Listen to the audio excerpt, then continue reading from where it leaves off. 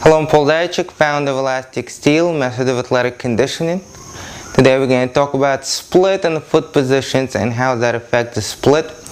No, I didn't switch from martial arts to dancing or gymnastics. Okay, we're still doing martial arts. Yes, my toes are pointed. And I get this question very often. There's three major positions.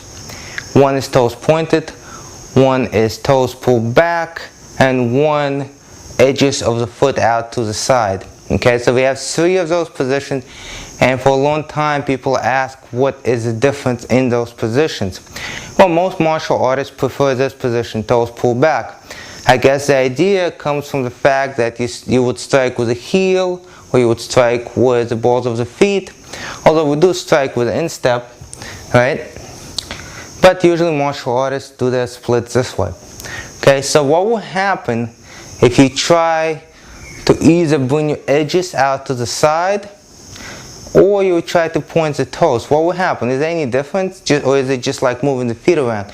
Well, believe it or not, there is a difference. I'm going to talk to you about that now. So if you have watched my previous videos, you know that if we bring the edges forward, this allows us to bring the foot from the vertical.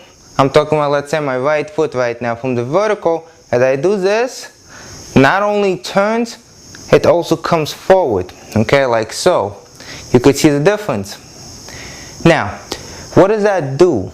If I was to keep this position, bring it up, and now put it flat, now I have my toes going back and my knees are not straight up, they're slightly back. This makes a difference. The reason this makes a difference is because my heels are now slightly more forward than my toes, okay? So my heels are a little bit more forward than my toes are. My toes are behind my heels. My toes are not over my heels. That makes a difference. What that really does, it forces you to slightly over split, believe it or not. Okay?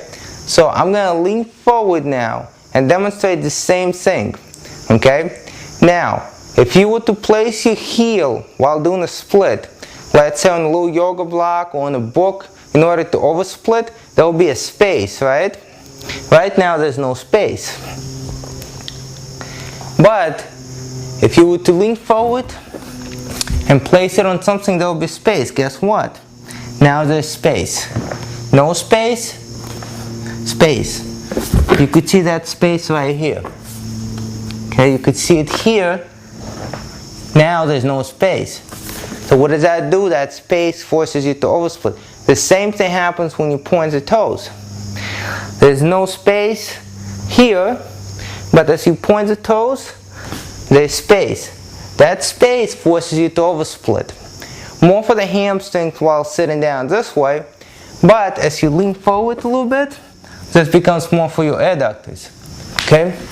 So in short, pointing the toes or bringing the edge forward as much as possible forces you to slightly oversplit if you're going to keep your adductors on the floor. What you might notice is that you might have a good split here if you never did this before. Boom. And now you rose off the floor a little bit, and now you have to press down. Okay? So that is the difference. Point your toes, edges out to the side, feet flat. Thank you for watching.